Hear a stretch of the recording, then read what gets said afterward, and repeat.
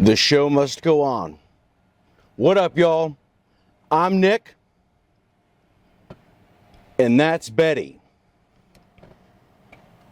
and that's Marilyn, and welcome to Betty and Friends, a channel dedicated to the community and culture of the Volkswagen bus family, specifically split windows, bay windows, Vanagons. This episode, Batavia, Ohio. You're in for a treat. Let's get it.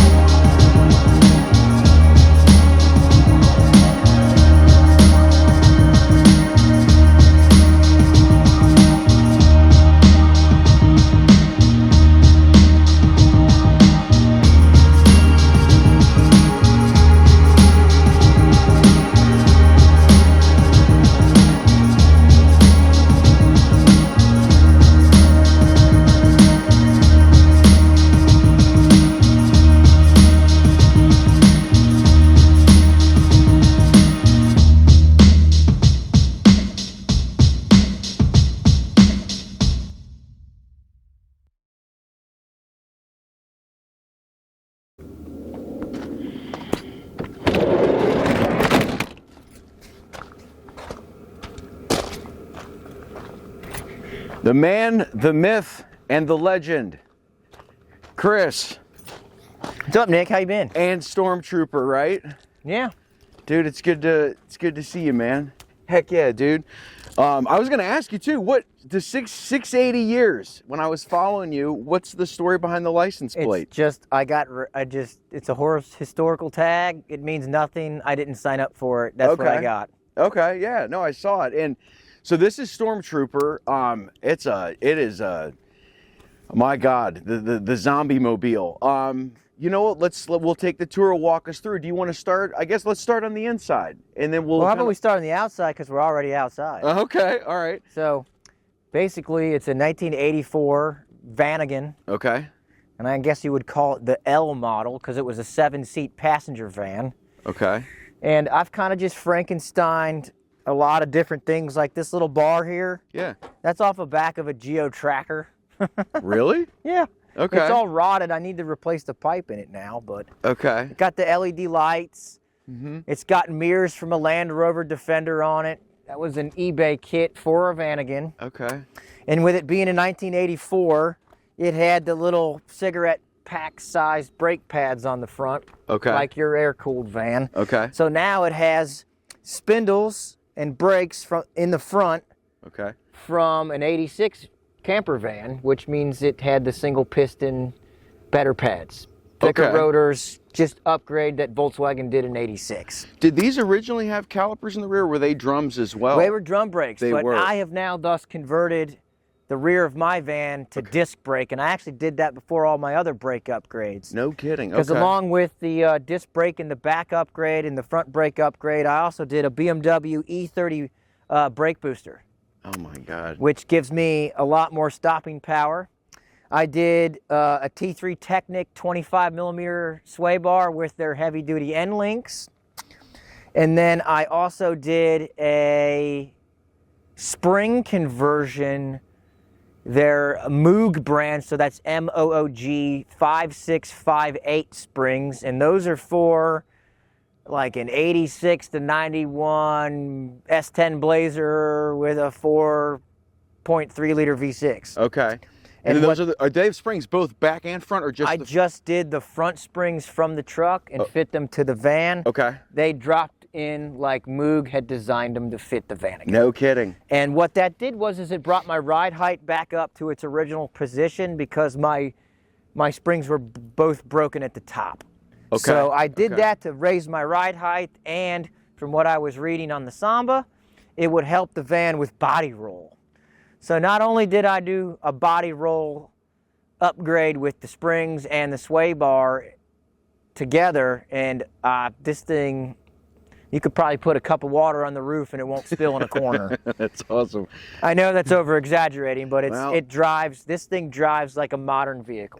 When we were at the reunion and you were just walking me through some of all the modifications, like even the power steering, do you have that? It was like let's look at that real quick since we're standing right here. Your handling is just unbelievable. And on the B-roll that I took, I explained some of that. So there is, so what I've done is I've made myself a little control panel here and turns my fans on. Okay. This is high and that's low. Okay. This is the switch that turns on an electric water pump down in the shifter tunnel. Okay. And this activates winter summer mode, but I don't have the valve installed anymore because it failed. It was a vacuum valve on the back that actually shut coolant flow off to the front heater core. Okay. This little knob right here, that controls my electric steering column. This is from a 2006 Chevy Equinox with the metal control box, not the plastic control box. Apparently that's very important. I then made the electric motor fit here. Okay. And these brackets are made from, they're the same piece of steel, and I just bent them different, but I cut them off the bracket that would hold on a secondary air injection pump from a 20 valve turbo Jetta. Okay. And then that's just dryer hose for a shot vac. And I made my own universal joints here. This is the Chevy, this is the Volkswagen, and I coupled them together. Damn. And then I put this really super awesome dryer hose. I don't know, it looks cool. Yeah. So I basically fitted the motor here first and got it to fit with the dash, and I wanted it to a little lower, so I actually dropped it down with some exhaust nuts from an old VR6 that I had. I just wanted a little tilt. Yeah, right. So I built this half first, and I actually bought another steering column off of eBay and cut it up. Okay. And made it all fit. Okay. And then I finished it down to here, so I had all my, and then I can adjust it with the knob, and I can turn it on. That's amazing. And you can literally steer this thing with the tip of your finger. Oh my goodness. I mean, that's so simple right now. And then if I were to turn this all the way off, give it about 5 seconds to time out, and then shuts the assisting relays off in the control box. Right. I literally have to use both hands to turn it now with no power steering at all. I turn it up a teensy tiny bit, and now it feels like a modern car. You know, it feels good. It's got too much assist. Okay. It's too easy to steer, but I like that. Okay, yeah. Do you notice like you just kind of float on the road, or I don't know, there's way too, the handling. I basically keep it to where it feels like a modern car with hydraulic power steering. Okay. And then, what else I've added in here is a long time ago I did the controller for the HVAC box. This is actually from an Audi 90, and since they had continued production of the Vanagon in South Africa, I think until 97. I could be wrong on that. I wanted to copy it, so I just made my own. Wow. The fan works, but it doesn't really work very much anymore. So I have a new, now you can just infinitely spin this like the knobs are wore out. Okay. I've then added this switch here. Okay. And this is one of them little 12-volt temperature controllers. Okay. And what this does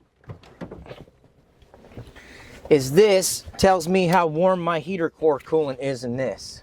Okay. And that goes, since I told you that this thing sucks, this blower dash thing just sucks in my van. I took the rear heater from the back and I moved it up between the seats. Okay. And you can actually... Oh, right. I made it really simple to turn on. Okay. And that would be with this knob right here. No kidding. Yeah, and with this switch on, it's now circulating coolant, and this should now warm back up because the pump is circulating the coolant. Is the pump inside the heater core that's No, what, the pump is mounted externally onto the shifter tunnel, and it's actually vibrating the shifter right now. I can feel the motor humming, and the reason I did that is because a lot of times these little circulation pumps, they'll get a little whiny. Okay. So I'll be able to manually shut it off. Okay. So I also wanted a better way to heat my legs, and that was the purpose of moving this here. Okay. Because this won't defrost the windows at all. Okay. And that's why I installed a diesel heater, because it blows the hot air right up into this cavity from the back, and the diesel heater is all the way under the seat. Okay. It's so warm in here right now. It's comfortable. Yeah.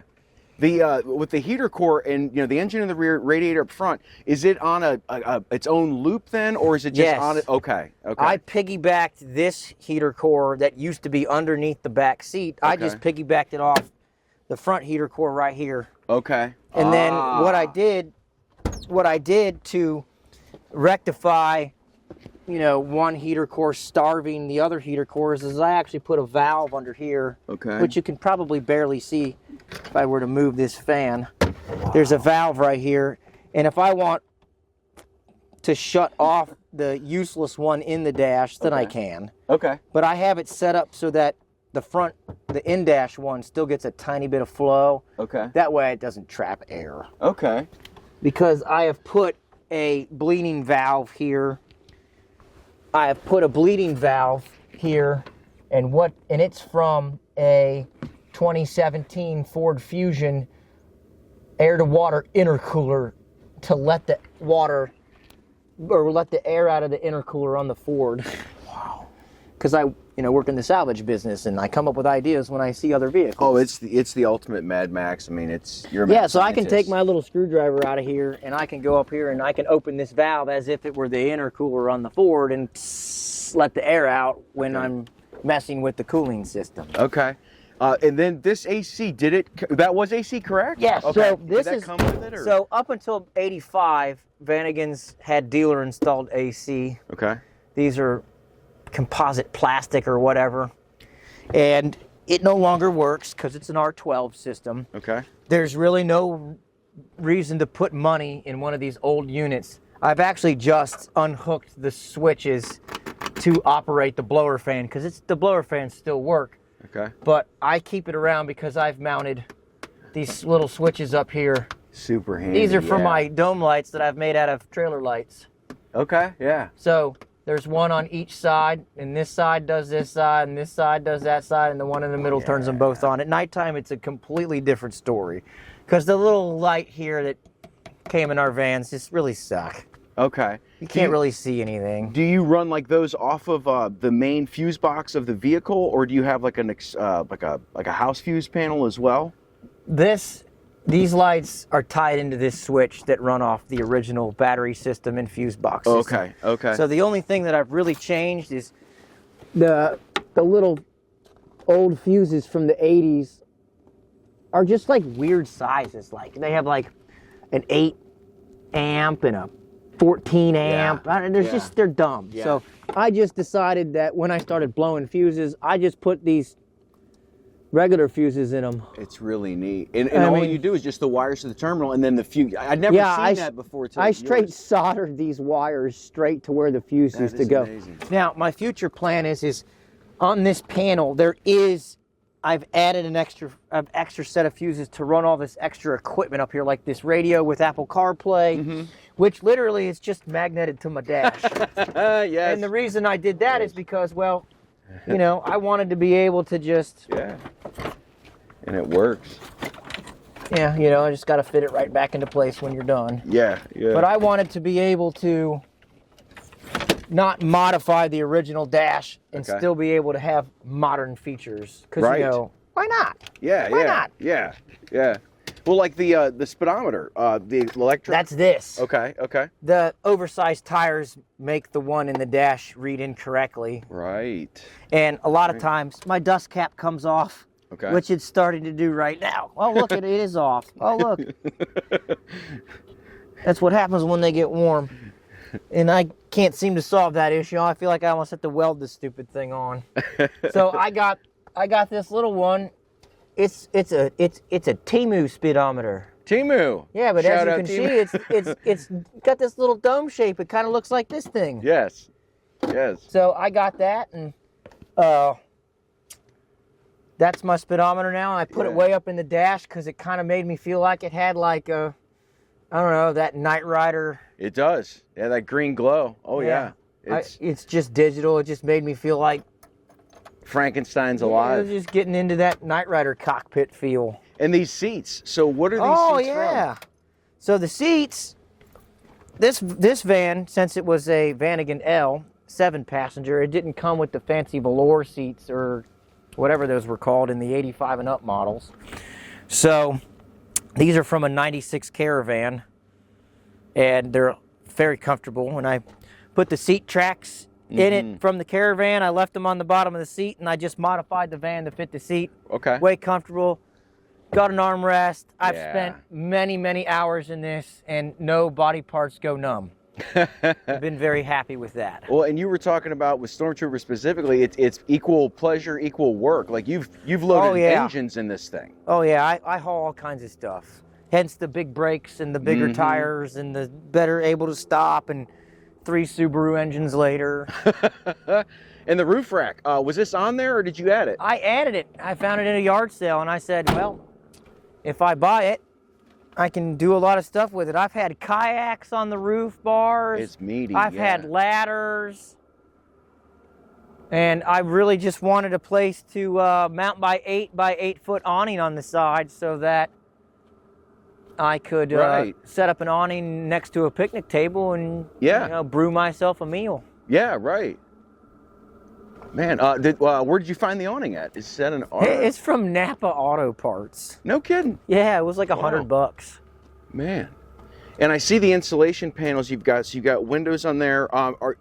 So it's the diesel heater and then the heater core up front. So there's no rear. There's no liquid heater in the rear. Okay. I deleted it. It's gone. Okay. I had one. Okay. But it was never efficient enough that I was satisfied with my purchase, so I took it out. Okay. And now in its place are a bunch of electronical stuff that we'll show you here in a moment. Okay. And you did do the upgrade. You went with a Subaru?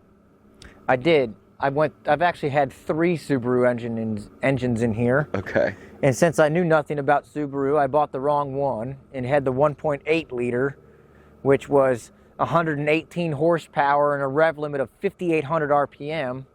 So it was almost like I traded a stock engine for a swapped stock engine. So it made 20 more horsepower than the original VW engine, but it made the same torque, exactly the same torque, and it revved the same rev limit.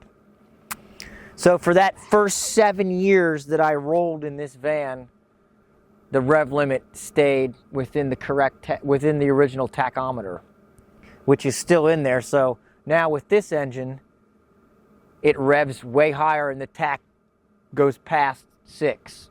Okay. That's cool.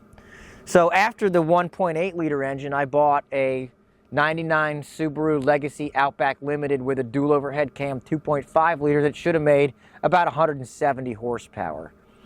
I spent quite a bit of time converting the engine harness with the engine still installed in the Subaru. I cut it all up, had it all laid over my lap.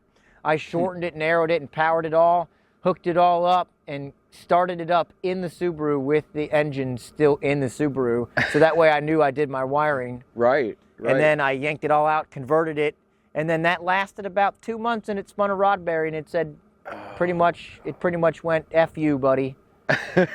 When you did the other engine, it was easy though. Then you just pulled the block, put the new one in, or did you still? I took the engine out. I basically backed it up, put it on jack stands, and then yanked it out the top. The adapter kit, the clutch pressure plate flywheel, the exhaust manifold, the engine cradle adapter. It fits every single Subaru engine, including the new ones that are chain driven.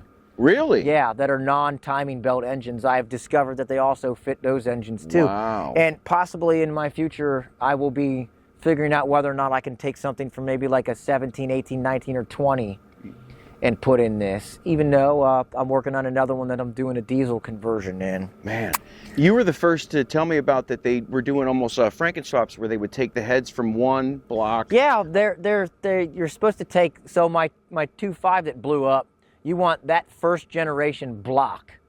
Then you take the single overhead cam 2.2 liter heads, which is what this is now, and put those on the 2.5 block with somebody's special head gasket. And now you've made a bottom end that's a 2.5 with the single overhead cam cylinder heads. And then that makes a Franken motor, and it's supposed to be very torquey, I heard. I've not built one, but maybe in the future, if I decide to get my hands on some more early generation Subaru EJ stuff, I'll take care of that and build me something that's Frankenstein. Yeah, right. Because then I can run it on the fuel injection that the 2.5 liter that I had in here blew up with. Okay. So now, in a panic, I put a 1990 EJ22 in it, and I had already had that engine harness converted because, well, I had to make two at the same time. My buddy Rodney has an identical van that we did a 2.2 in, and I had to make a harness for him because he lived in California. So I made it here and then mailed it to him, and then he mailed me back his that he messed up. Okay. And then I took his messed up harness and then redid it, and now it's in this van. Damn. So I've had 3 Subaru engines in here. That is unbelievable. Man, well, and they keep getting better and better, it sounds like. And even if you did the timing chain one, was it always white? Yes. Oh, okay. Okay. Yeah. Well, let's check out. Let's check out your interior and see. So you how many motors or how I think you said, was it 3 or 4 that you fit in here before? Yeah. It's in work mode. Basically, I've got this old computer mat here. Okay. And I had to haul some engines home, so I had some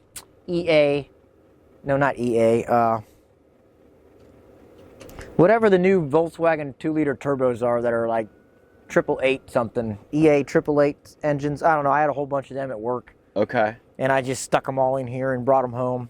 Do you just lift them up? On our engine crane, I just set them down in here, and no kidding. I just ratchet strapped them all together, and let's go. Then I guess, because it was the passenger van, so then did you add the... Oh, yes. Okay, so the passenger van didn't have a collapsible seat. Okay. It really just didn't do anything. It was stationary. So they had a middle seat here that was stationary, and this one was stationary. So I actually drove to Pittsburgh and got this gray seat. No kidding. It's dirty, because I've worked. It's had a lot of parts on it. Yeah, yeah. And then underneath is my diesel heater, which is currently running, and it's a newer one that I have an app. Oh, that is nice. That's, twice the size of mine. So I just keep the little diesel tank right in here. Got the Marine Deep Cycle hybrid battery. I've got the DC to DC battery charger, which I can then shut off from the main batteries with this little circuit breaker that I took out of an old wrecked Crown Victoria cop car. Everything pretty much in here, as far as all this wiring, it's all been repurposed from something else. That's awesome. So all these little battery cables and stuff, like this is probably from some car at work. And the ultimate repurpose, Well, and then this panel that says 12 volt on it, I actually yanked this out of an ambulance we were crushing. Okay. And then that is for... I have a cooler refrigerator that I put here that I just bought a few years ago, and that thing's awesome. I love it. Okay. I'll never buy a cooler for ice again. Okay. And then that plugs in here, and that runs off of this electrical system, so when the van's parked, the refrigerator runs on this, and on low, I've had the refrigerator running 4 days with me driving the van and not driving the van with the DC to DC charger, charging the marine battery, and the refrigerator really is not starving it. So the diesel heater and the refrigerator and all these little globe lights. Yeah, yeah. And this flip down TV. Because, you Yes. know, you gotta be able to stream something from your phone. Oh, yeah. Through the HDMI port. Yes. It's got HDMI on it. So I actually screwed this to a street sign and then slid the street sign in above and then screwed the street sign to it so it can't fall out. Solid. I haven't bothered to hide the wiring yet because eventually I want to remove this AC stuff. Okay. So that I have more headroom. It gives a character. Yeah, it does. You know. I can't believe this AC ran all the way back. I mean, that was a huge unit. Yeah, You know, from front to back. The evaporator core is in here. Okay. And then the hoses ran down here and went through the firewall. Okay. Well, went through this right here, just on the other side. Okay. And the summer of 23, I had to rebuild the driver's floor because the hole in the floor was so big that, well, I don't know. I'd never done sheet metal repair myself, so I taught myself how to do it. Wow. And I made all these curves and angles with hammers and round pins, and I just made it all myself. I did the panel that was rotted for the AC lines. I did some panel replacement in the floor where this toolbox, that's what I'm calling it, my toolbox is. I did the floor and reinforced the floor. And where the step is and the drain, that's all made up. I made it all out of sheet metal from an old roof panel from an old Golf with no sunroof. Wow. So I repurposed Volkswagen metal in a Volkswagen. The greenest dude I know. Well, the roof's made out of a little bit thicker steel than the side panels. Okay. And I didn't save any of the side panels. I just saved the flat sheet metal from the roof because I figured, why not? Because I was crushing the car. I cut the roof off of it, just filled it full of scrap, and sent it away. Yeah, right. So it was like a big dumpster. Yeah, yeah. So that's what I did, is I used sheet metal. So then I've done some other stuff too. Since this is now a queen size bed, you can literally just fold this out here, take your memory foam, and Camp luxury. roll it forward, and boom, you got a queen size bed, man. So much space, yeah. Oh yeah, you get the flip down TV. It's nice, like without the cabinets too. You get it's all the room, all the room.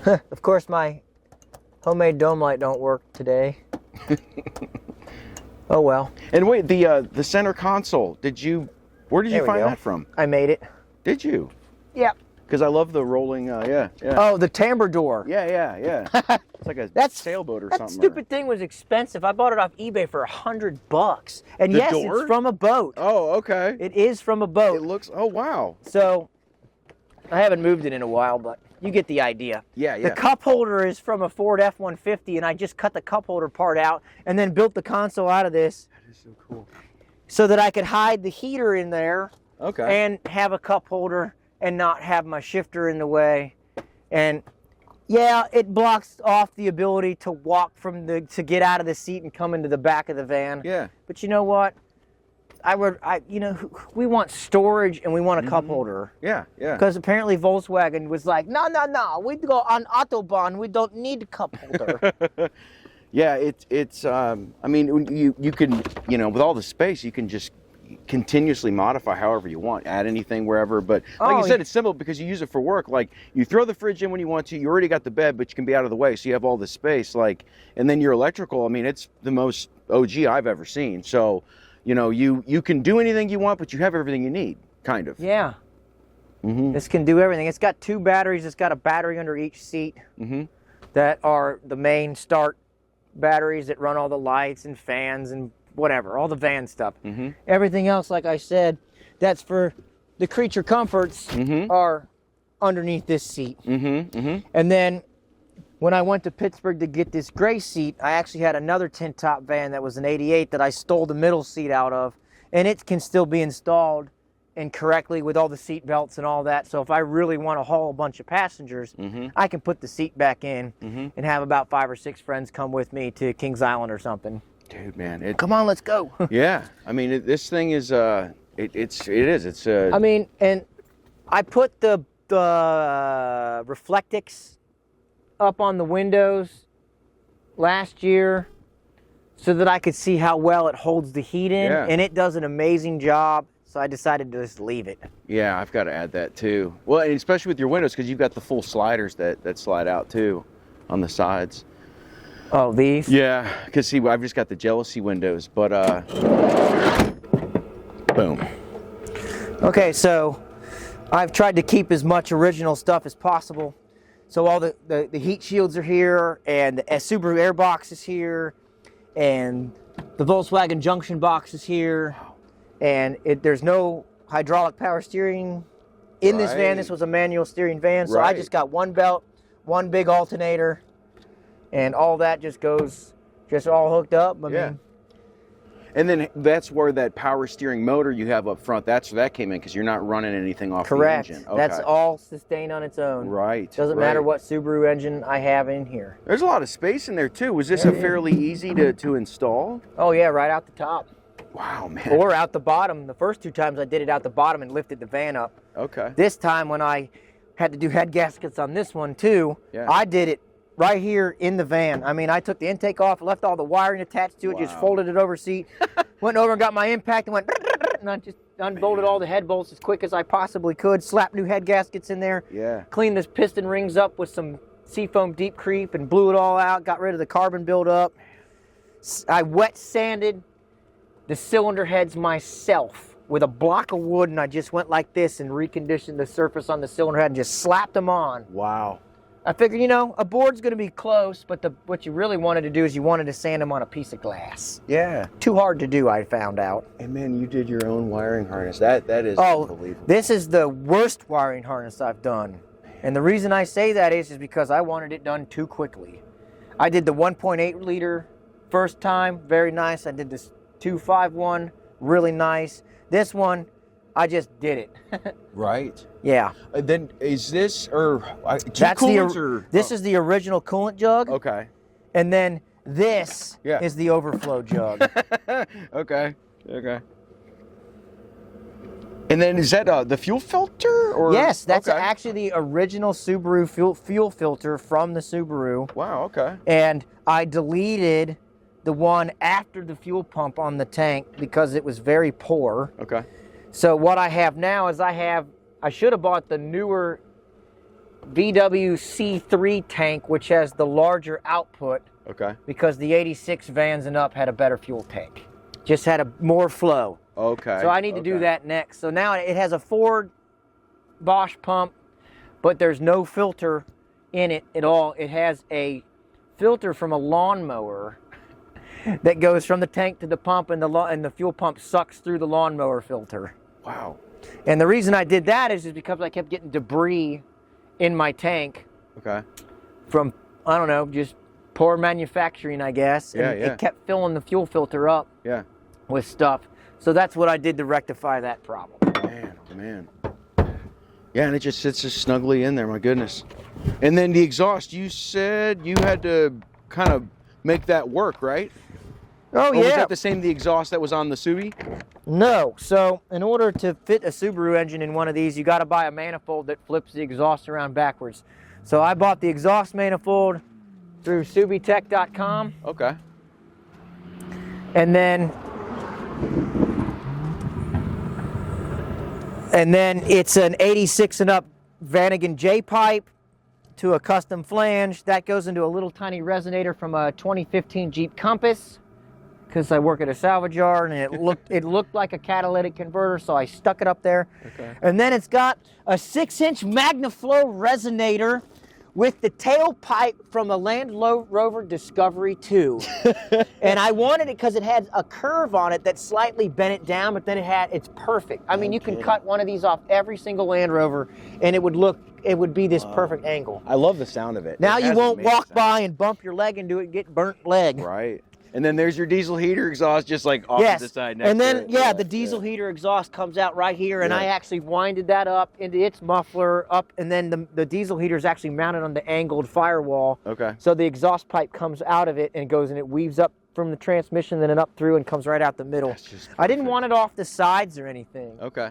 I just didn't want somebody to walk by it and bump their leg into it. I wanted it back here because it's way out of the way. For sure. Yeah. You can't check any fluids through here anymore, but you can see what's going on. Yeah. Oh, yeah. You can see it. Yeah. The alternator charging. I switched everything over to LED lights. Tail lights, turn signals, Right. license plate lights, everything is LED. Okay. I think I may have even... Yeah, I don't know if I did the turn signals in the front. I can't remember. Was the hitch, was that a custom make or was that an actual? It was on somebody else's van again, and I said, I'll give you $50 for it. Yes. And then I did this too. Let me show you.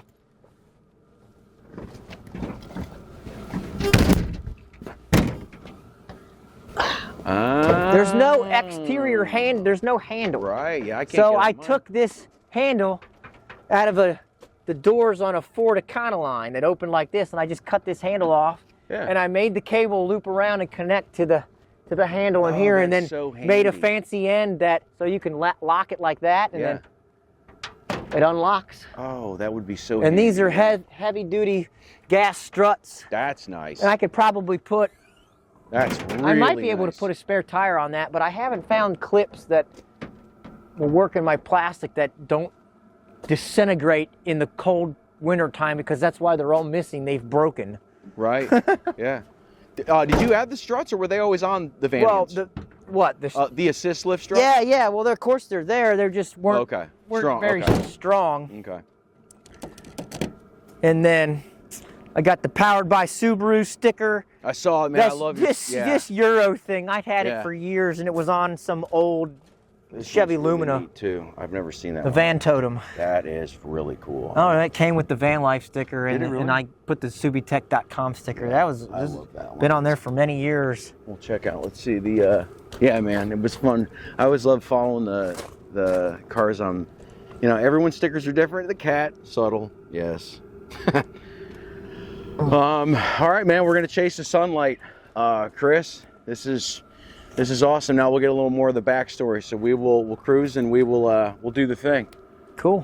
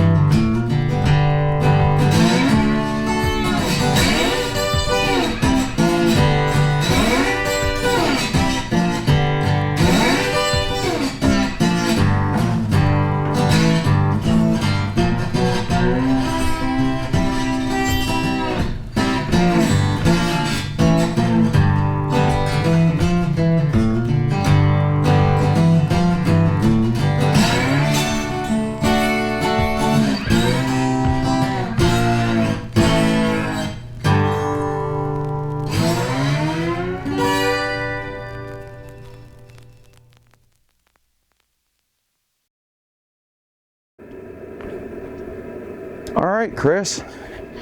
Stormtrooper. How did you get Stormtrooper? I bought it from the original owner. Where was it? Was it in Cincinnati or? Yeah, I was in Batavia? Cincinnati over on the west side somewhere. I bought it from a school bus driver.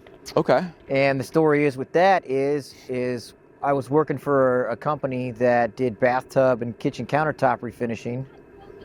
And he was like, I want another Fox Body Mustang. So while we were waiting for the first layer of paint to dry before we did the next layer on the countertop, Yeah.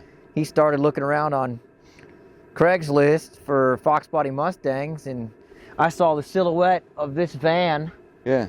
in the background. Okay. And I said, email that guy, ask him about that van. Okay. A couple hours goes by, and the guy said, yeah, that's my dad's van, and he would love to sell it. Okay. So I went down and I bought it for $500 with no engine in it. He's the original owner. He bought it brand new in '84. It's been in every single state except for Hawaii and Alaska. Okay. Yeah. No. Okay. It had it had somewhere around 200,000 miles on the odometer. Damn. And I gave him back the engine in the same pieces that he gave it to me in. Okay. Because the interior was just stacked with just junk and raccoon feces. Was it outside or? Oh, it was outside with no engine in it, and he had taken apart the original engine back in 2000, which is the year I graduated from high school. Okay. So I bought this in December of 13, and then it sat around with no engine in it until I moved out here in 14, and then I found a dropout out of a wrecked van at a junkyard way out east, and I bought that dropout and put it in this van and had it running the same night. Wow. Yeah. So the engine block was fine then? Yeah, everything was fine. I still have that engine. Okay, yeah. That transmission is the transmission that's in it now. Right. That's hooked up to the Subaru engine. Dude, you are a wild man. Well, it was. I'm sorry, it was. Now this transmission is from California where I got the brakes. I'm sorry. Is it still a Vanagon transmission though? Yes. Because I mean, dude, still the 6-rib side shift. I mean, you're spinning rubber on the road. I mean, you fly in that thing. Oh yeah, I that's why I call it Stormtrooper. Okay, you know how Stormtroopers are in Star Wars? They're clumsy. Okay. So I call it Stormtrooper because I've made it so it's not clumsy anymore. I love it. It's not just because it's white. Right. It was because it's white and with all its original sway bar and original brakes and original engine. Yeah. It had body roll for days and it was clumsy. Yeah. It was clumsy on the road. So Stormtrooper is the name that I picked for it because it was clumsy. It's awesome. So I went ahead and upgraded everything so it was no longer clumsy. Right. Oh, yeah. And then the power steering, I mean, like when we were doing the thing, I mean, it's unbelievable. And your handling, like we were on our way here on those windy roads. You don't have a problem at all. I mean... No, don't worry. Once we get back to my house, we'll stop. We'll let your van rest, and I'll just take you for a ride in it. You'll be like, no way, dude. Oh, it's crazy. It's fun. It's really fun to drive. So that's what I wanted to do. I wanted to make it not clumsy anymore. Right. I mean, I went through, I rebuilt all the suspension in the front with bushings and everything. It's incredible. Ball joints and radius rod bushings and whatever, you know. Oh, I mean, it's damn near like a complete upgrade. Like, now you're onto the fun stuff. Like, if you ever do any body stuff or any more interior stuff, like all the, I mean, driving and, you know what I mean? Like, it's that's reliable. all done. Yeah, exactly. Yeah, like the first thing was put drivetrain in it and a new fuel tank. Right, yeah. And for a while, I had the original Vanagon engine I said that I bought at the junkyard. I had it running off of a Dodge Neon fuel tank I just shoved in the back seat. Okay. I mean, time flies. I've had this van 10 years now. Yeah. I had Betty, I got it in 2011. Yours, when did you say 2013, 2013 when you got it? Yeah, I bought it in December of 2013 from the original owner. Did it have the little indicator tusks? Or okay, I added, I love those. Those are supposed to be CB antennas. Oh, okay. Okay. I love them. Well, the CB's long gone. Okay. And I just left them on there because I love it. It's one of my favorite things. Where I know where the corner of the van is. Yeah, yeah. I mean, don't get me wrong. I mean, I've driven it long enough. I could thread a needle with this thing. Yeah, yeah, yeah. I mean, it's just one of those things to where I put smoke lights. I put the LED lights in it, and it's got character now. I gave it a new purpose of life. Yeah, you did, man. It was. I mean, you were definitely destiny. I can't imagine anyone else piloting that ship. You know what I mean? Like, you were very much meant. What's been your favorite trip so far in Stormtrooper?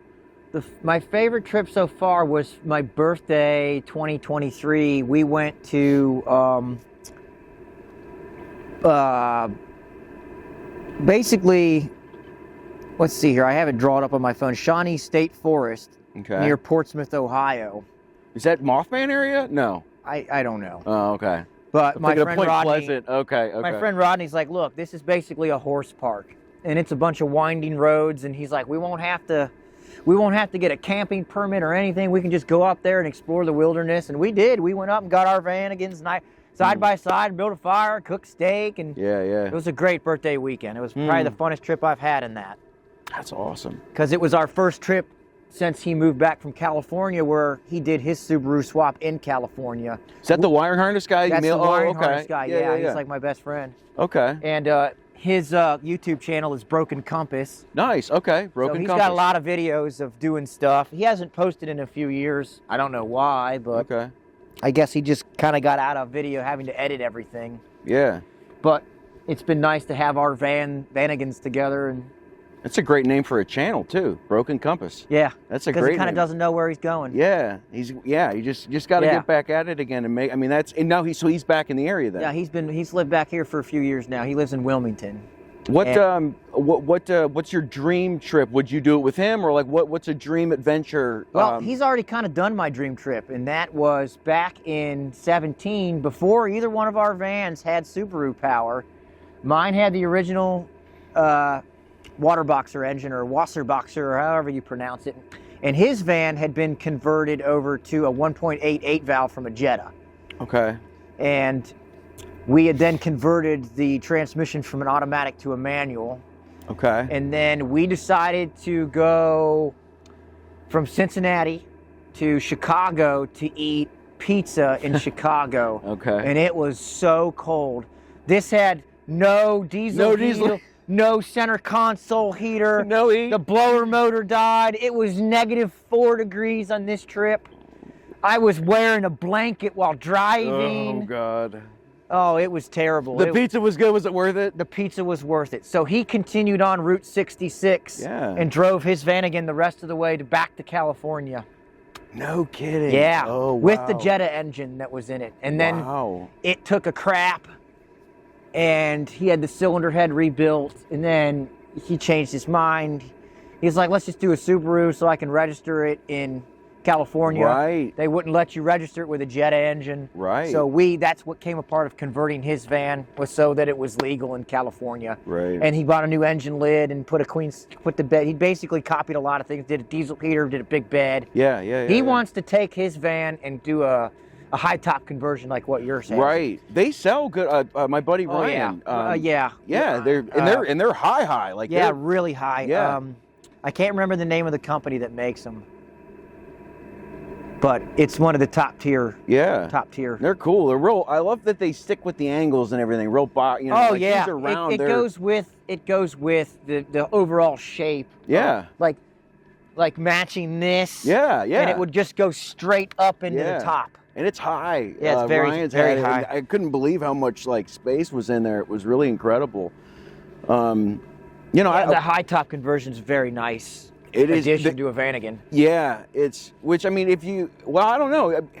It seems like it's perfect for everything you need. Like, what would you like? What are your next? You know, what are future things you want to do to Stormtrooper? Well, pretty much with this, since I've got a '87 Westfalia camper van that I bought, right, and I'm going to restore it to adventure condition, and I'm going to copy that van with this, right. But instead of a Subaru, I'm going turbo diesel. Okay. Because I want to be able to run one fuel for my diesel heater. Okay. I might as well put a TDI engine in it. Okay. My friend Randy convinced me that was the way to go. Okay. So I'll do electric steering and big brakes right. and big tires. Yeah. Basically copy all the upgrades I've made to this. Right. Put it in the Westfalia. Right. Have my pop top. Right. And be able to do hood rat type road trips in that. Yeah. And then I'll keep this van for just kind of hauling stuff and going to Home Depot. And, yeah, 4 engine blocks in the center. Use it as my weekender type thing, because it can. Right. You know, I'm not going to take the bed out and the TV. I'm just going to leave it the way it is, and then just do up the camper van for more of you know, maybe I might want to drive across the country. Who knows? Honest to God, I mean, I have nothing that ties me down here. Yeah, right. I'm not married. I don't have kids. I'm single. Might as well enjoy the adventures that I can take in my van. And for sure. And you can pick anything you want from the yard, like anything from any vehicle, any upgrade, any. You know. Like the seats, like our caravan seats. Right. And, yeah. It's just being able to kind of just enjoy the world of junkyard. It's cool. Because I work in the salvage business for a living. Dude, I love it. I think it's awesome. I mean, I grew up watching MacGyver and Dukes of Hazzard and all of them. I mean, every show you can name from the 70s to the 80s and the 90s. I probably watched it if it had cars in it. You know? Yeah. I mean, and they always say that from Knight Rider, their line was that one man can make a difference, and you know, you being yourself, and just kind of doing whatever you want to do, it's like you're making that one difference, right? For sure. Yeah. Oh yeah. Absolutely. Yeah. I've noticed it, like with Betty, even us cruising today, how many people waved at us when we were on the road. Oh, that's all I ever get in this is, oh, cool van, man. And people call it a bus. And I'm like, it's not a bus, it's a van. Right. I got friends with buses. Yeah. Like your van, it's you've got bus on the side, and you totally took that from a Subaru van. Yeah. That's exactly. We salvaged it, Yeah, because the guy's YouTube channel called Bussaroo, that's what he does. He swaps the letters around as his intro, and I always thought that was kind of neat. Shout out to that dude, man. I learned a lot of stuff from watching his videos, especially how to make the overflow jug pipe. I actually did that with his sink drain idea. Okay. I bought his same part, did it. I got a new upgrade now of real car parts. Okay. But nonetheless, I did a lot of copying of at least doing the cooling system. The wiring I all did myself. I'm definitely the wiring guy. Everybody calls me for wiring stuff. You're like the everything guy, man. Like, I mean, everything you've done is just all kinds of stuff all across the board. It's unbelievable. You know, I try and learn it myself and teach it myself so that I can, you know, build more of them. Yeah, right. A lot of people, I've seen a lot of people, they do like my ideas, and I'm like, I don't care if you steal it, but if you can't figure it out, pay me to do it. Yeah, right. Especially wiring. Oh, yeah. Like when I met you, that's why it was cool, like just from early on, like sharing what you've done. Like I've never seen anyone do so many. I've done everything this to myself, everything. And it's one of the things I didn't really show off earlier that I can kind of just show you now is right here in the floor. Okay. You can come look. None of this metal was here. This was all gone. I made all this. All up into the corner and everything. Was that from the roof of the donor car? Yeah. Right? Yeah, that's where You just hammer shaped it? I hammer shaped a lot of it. It's amazing. Yeah. You know, watching old school videos of guys, you know, shaping metal. Yeah. I actually shaped a lot of metal using a tire. Just laid a tire with no reel on it. And just like hammered on the. Oh, yeah, it makes sense. Just right. used and used a freaking claw hammer for nails, because it just had this small head. Yeah. Then I switched over to my dead blow and used it. Okay. And I mean, it was just a small curve, and that was it. It looks great. The rest of it was flat. Yeah. All in the corner, and it's all been seam sealed. Yeah. All this has been done. This is where those AC lines went in. This is all seam sealed and all new metal.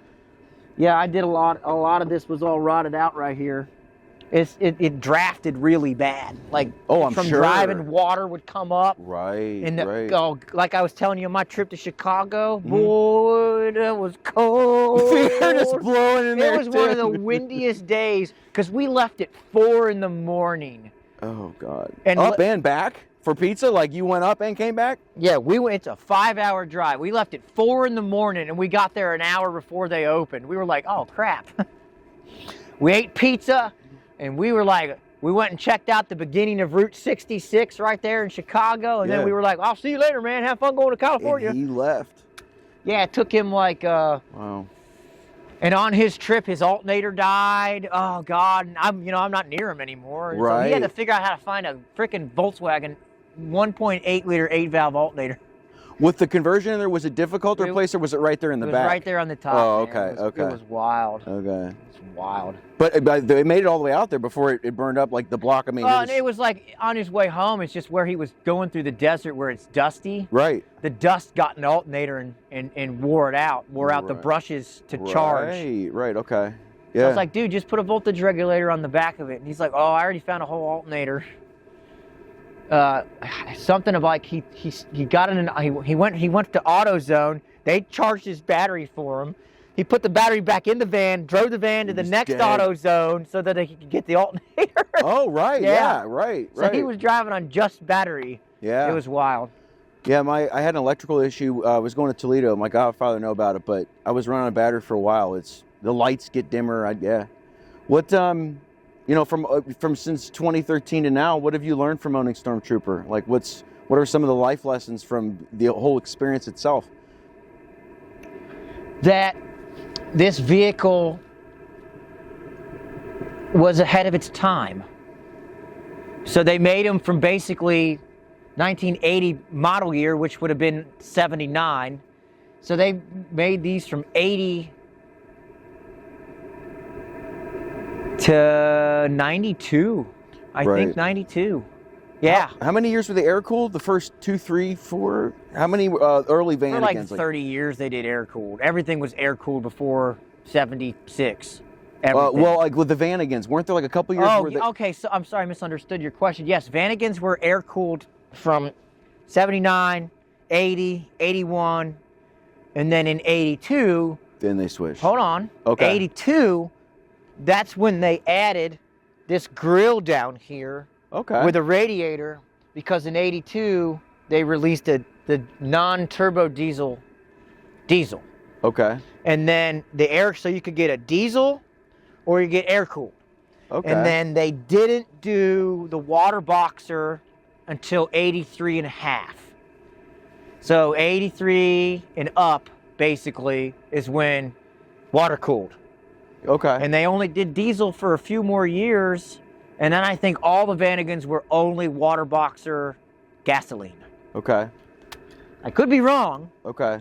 But then the production stopped in North America. We got the Eurovan in 93. Right. This went to South Africa. And they had tons of cool upgrades. They put a 5-cylinder 10-valve in it with a raised engine lid. They made 150-something horsepower. But it was 5-cylinder on CIS fuel injection. I got a couple of pictures of those.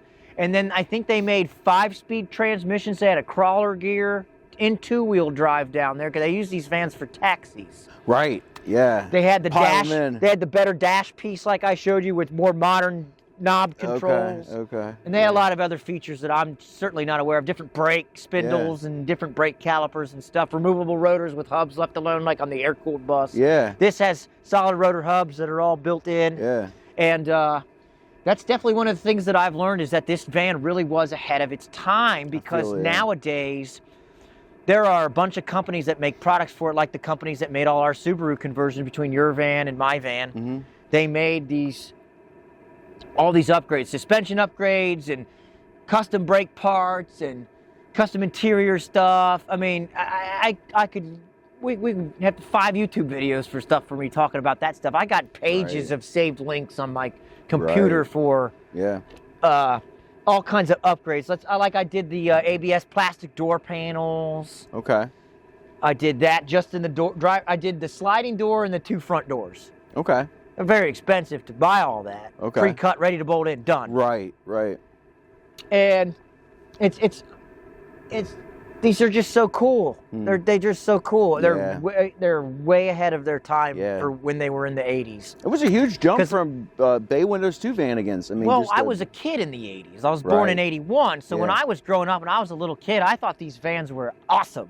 Yeah. My first car was a 92 Jetta square body Mark II. I was an 80, like 5 or 6. Yeah. And I drove that in high school. Yep. And ever since then, I've always wanted one of these. So I have over 20 Volkswagens. I really do. I got a lot of them. Yeah. I got a lot of 80s and 90s cars. Yeah. So that's definitely one thing I've learned is that these were way ahead of their time. If they'd had a better engine and Volkswagen had continued to develop a better engine for it. Right. I think if it'd be able to compete with the Dodge Caravan of its time, Yeah. it could have beat it. Oh, yeah. Yeah. That's why they probably sold more camper vans than they did these tin top vans. Oh, and well, I then didn't know in that. '86, they created the four-wheel drive Synchro Vanagon. Right. And then they sold those. They're very expensive nowadays. And that was like only like 2 years they did those? They did the Synchro four-wheel drive vans from '86 until the end of production in the United States. Oh, okay. Okay. Yes. Okay. Very expensive to have a Synchro van. Yeah. Especially if you have a 3-knob locker where it rocks the rear diff, the front diff, and then the coupler in the middle. Okay. Then they make kits for those where they're always coupled. Oh, it's so cool. There's a lot of things that It's so fun, yeah. like my next upgrade for this is I have a transmission from a Subaru Turbo, and I want to get the reversing kit, so this will be a 5-speed. Yeah. A 5-speed Subaru Trans in this. What would the RPMs run then? It would drop it a lot because Right. fourth gear in this, Right. anything over 70, I'm at 4,000 RPMs. But believe it or not, this thing still gets about 18.5 miles a gallon. Okay, yeah. It's pretty decent, even with Oh, my yeah. larger tires. Right, right. Because that reduces the final drive just a tiny bit with these larger tires. These are 215 70-15. The wheels are from a B5 Passat that somebody else has modified to fit a Vanagon. Okay. I just got them secondhand. Okay. I had the original 14s on here. I wanted something bigger and better. I want bigger front brakes. That's probably one of my next upgrades is I want Girling 57 floating caliper brakes that are 11. I want 288 millimeter brakes. Okay. And that should tuck nice and neat behind these. Yeah. Well, I mean, the way you drive, you need them just in case you got to You'd be stop. surprised how well this actually stops with the solid brakes that are on here. Well, and you got both. See, I've only got the discs up front. Oh, yeah. I need to. Them brake pads are probably this big. Yeah. That's yeah. what was on this. Yeah. 2 piston opposing. I'm like, why did they carry the air-cooled brakes over to this stupid idea? Like, Yeah. because they made them air-cooled. Right, That's what they made the right. mistake in doing is when they went water-cooled in these in '83 on gasoline, Yeah. they should have had a new brakes. Right. They should have had new brakes. And I could tell you right now, this thing was plagued with brake squeak. Yeah. Now I just put some metallic brake pads on it and That's it? ship it. Send it. And send it. Put yeah. some Ugga-Dugs on the lug nuts and send it. If there was ever a human being in a vehicle that is full send, Yeah. you guys are that description for sure. One of the things I don't like is that on the 2-wheel drive Vanagons, the speedometer is hub driven like yours is. The speedometer's out here. Oh, right, Yeah. right, And I yeah. don't like that. Now on the Okay. Synchro vans, the speedometer cable went into the front diff. Okay. I believe that's how they did those. Okay. And as the axle spun, it spun the little gear that spun the speedometer Okay. cable, and it went up to the cluster. Okay. When you did your aftermarket speedometer, how does that wire into, or how does it? It doesn't. It's GPS. It's just USB power. Oh, it just knows. Yeah. Oh, Yeah. okay. You just plug it in, and it says PH, which stands for please hold. Okay. And then a few minutes later, it comes up with speed. Yeah. Yeah. I just thought it was a really neat upgrade having a digital That's speedometer. cool. Yeah, because my gauge doesn't read the right one, but the one still does. But yeah, it's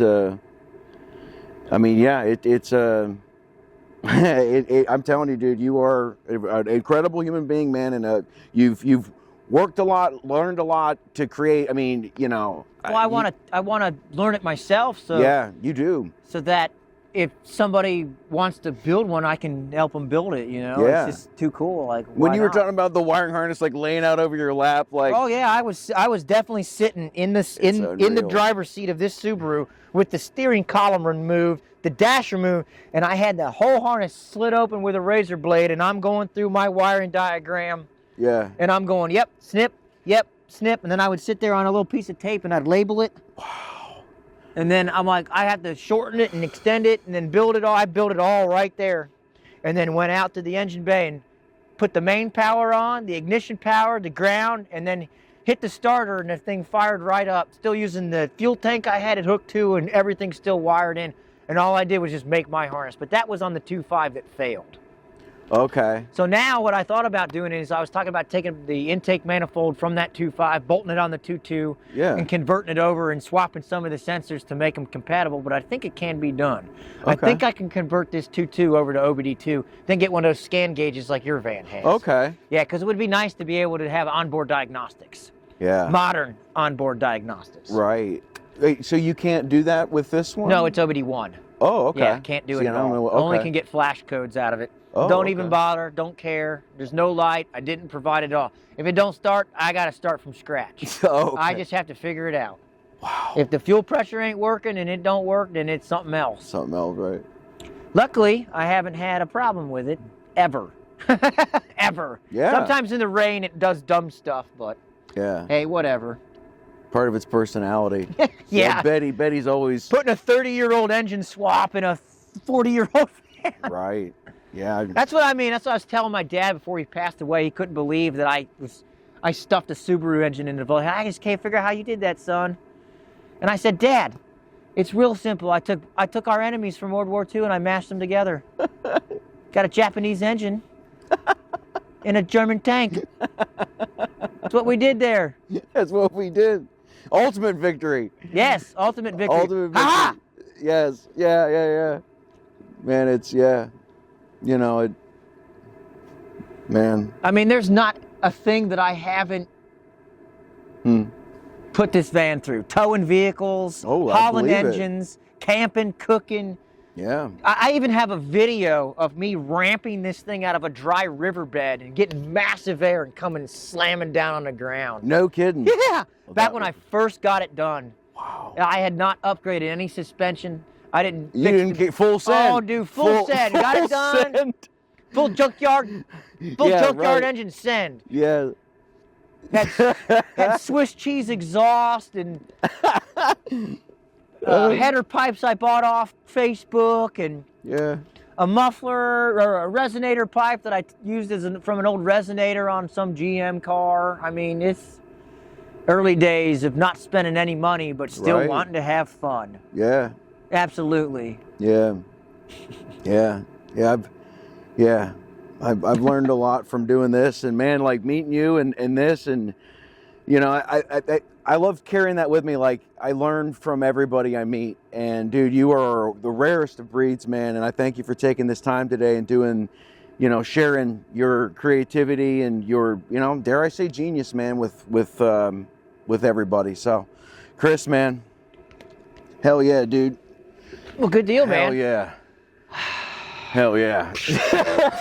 Hell yeah, dude.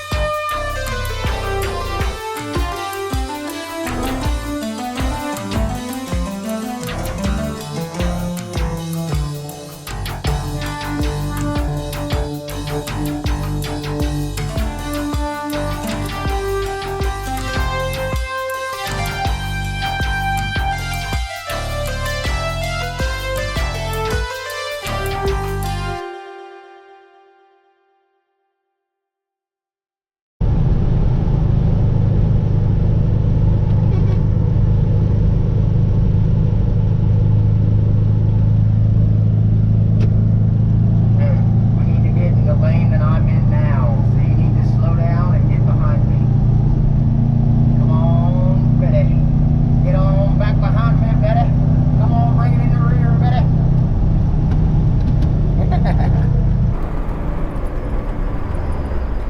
A long, long time ago, in a galaxy far, far away, Chris, Truth be told, I got to Betty and was going to film, the episode, and my battery was toast. And Chris selflessly drove all the way to where I was, and we got the battery sorted out, and without him, wouldn't have made it happen. I will say, by far, Chris is the smartest human being I have ever met in my entire life. And that's what I love most about what I'm doing, and most importantly, the community itself. You meet the most fascinating people. Every day's a gift. If you're struggling in life, bend but don't break. Be good to yourself, be good to each other. The Crazy Horse Monument in the Dakotas. Talk about it, bring awareness, share it. It's getting there, but it'll be that much better when it's done. Also, hitting close to home, Chris's father was a Vietnam veteran as well.